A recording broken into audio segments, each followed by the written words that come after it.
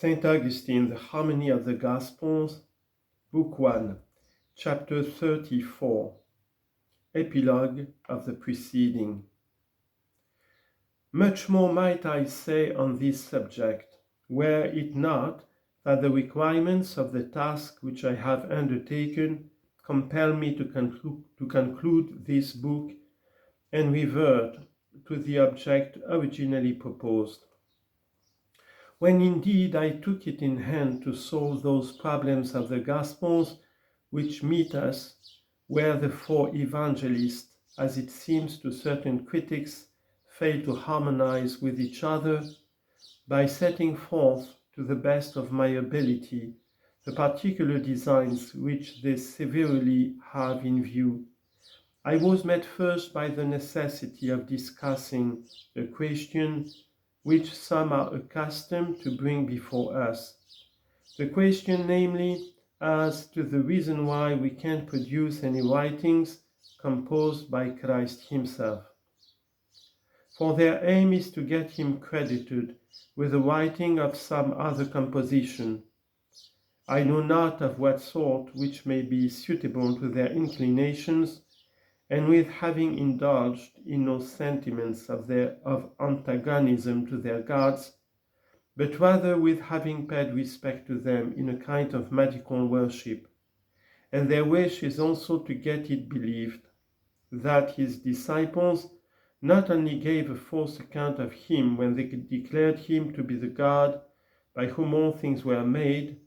while he was really nothing more than a man, although certainly a man of the most exalted wisdom, but also that they taught with regard to these gods of theirs something different from what they had themselves learned from him. This is how it happens that we have been engaged preferentially in pressing them with arguments concerning the God of Israel, who is now worshipped by all nations through the medium of the Church of the Christians, who is also subverting their sacrilegious vanities and the whole world over, exactly as he announced by the mouth of the prophets so long ago, and who has now fulfilled those predictions by the name of Christ, in whom he had promised that all nations should be blessed. And from all this they ought to understand that Christ could neither have known nor taught anything else with regard to their gods, that what was enjoined and foretold by the God of Israel through the urgency of these prophets of his, by whom he promised and ultimately sent this very Christ, in whose name, according to the promise given to the fathers, when all nations were pronounced blessed, it has come to pass that this same God of Israel should be called the God of the whole earth. By this too they ought to see that his disciples did not depart from the doctrine of their Master when they forbade the worship of the gods of the Gentiles, with the view of preventing us from addressing our supplications to insensate images, or from having fellowship with demons, or from serving the creature rather than the Creator with the homage of religious worship. Chapter 35. On the fact that the mystery of a mediator was made known to those who lived in ancient times by the agency of prophecy, as it is now declared to us in the Gospel. Wherefore, seeing that Christ himself is that wisdom of God, by whom all things were created, and considering that no rational intelligences, whether of angels or of men, receive wisdom except by participation in this wisdom, wherewith we are united by that Holy Spirit, through whom charity is shed abroad in our hearts, which Trinity at the same time constitutes one God, divine providence, having respect to the interest of mortal men whose time-bound life was held engaged in things which rise into being and die, decreed that this same wisdom of God, assuming into the unity of his person the nature of man, in which he might be born according to the conditions of time, and live and die and rise again, should utter and perform and bear and sustain things congruous to our salvation. And thus, in exemplary fashion, show at once to men on earth the way for a return to heaven, and to those angels who are above us the way to retain their position in heaven. For unless also in the nature of the reasonable soul,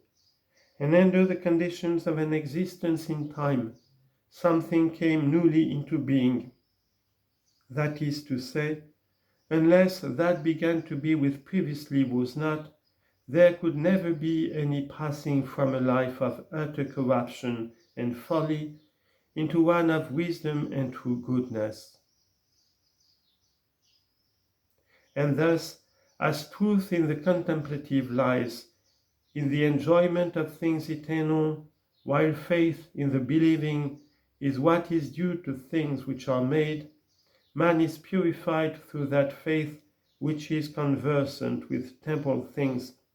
in order to his being made capable of receiving the truth of things eternal. For one of their noblest intellects, the philosopher Plato, in the treatise which is named the Timaeus, speaks also to this effect. Quote, as eternity is to that which is made, so truth to faith. End of quote. Those two belong to the things above, namely eternity and truth. These two belong to the things below, namely that which is made and faith. In order, therefore, that we may be called off from the lowest objects, and led up again to the highest, and in order also that what is made may attain to the eternal, we must come through faith to truth. And because all contraries are reduced to unity by some middle factor,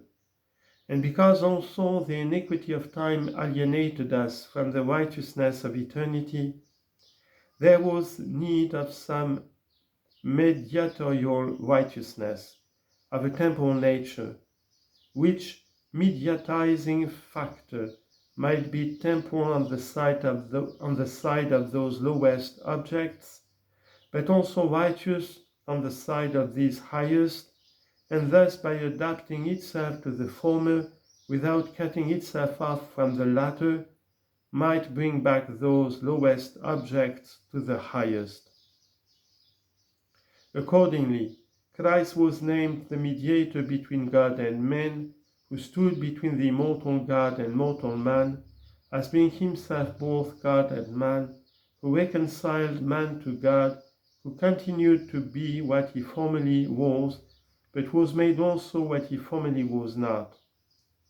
And the same person is for us at once the center of the said faith in things that are made,